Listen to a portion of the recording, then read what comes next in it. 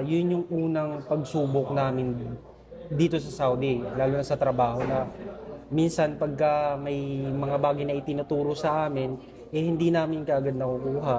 Tapos minsan napapagalitan. Hindi kami makakapag-rason kung bakit namin ganito yung nagawa namin. Bali, yun talaga yung pinakaunang-unang naging problema. Language barrier talaga, Oo, bro. language So, barrier. paano mo na-overcome to, bro? Sipin mo, first-timer ka. Tapos, syempre, yung challenge nga naman sa'yo, yung makipag-communicate. Then, paano mo na-overcome to? Paano ka nagtagal ng 2 taon na, parang, sige, laban lang. Siguro na din sa pressure ng naging boss namin na kailangan mo talagang matuto mag-Arabic kasi hindi rin talaga siya marunong ng onte, yung mga basic.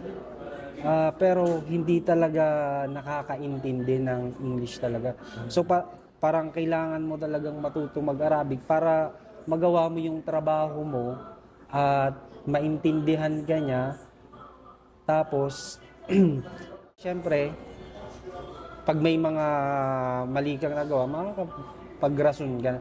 Tapos yung una-una talaga yung sa boss namin na kailangan mo talaga siyang aralin. Oo. Kasi pagka hindi mo inaral, mapapagalitan ka ng mapapagalitan. Kumbaga, yun yung naging motivation mo, no? Oo, Hindi yun ka yung naging pagalitan ng boss. motivation na. Oo, kumbaga parang talagang yun yung requirement kasi para talagang maging smooth yung trabaho, yung transaction. So bro, kwentuhan mo naman kami. Ano yung buhay mo dati sa Pilipinas noon bago ka nag-Saudi Arabia?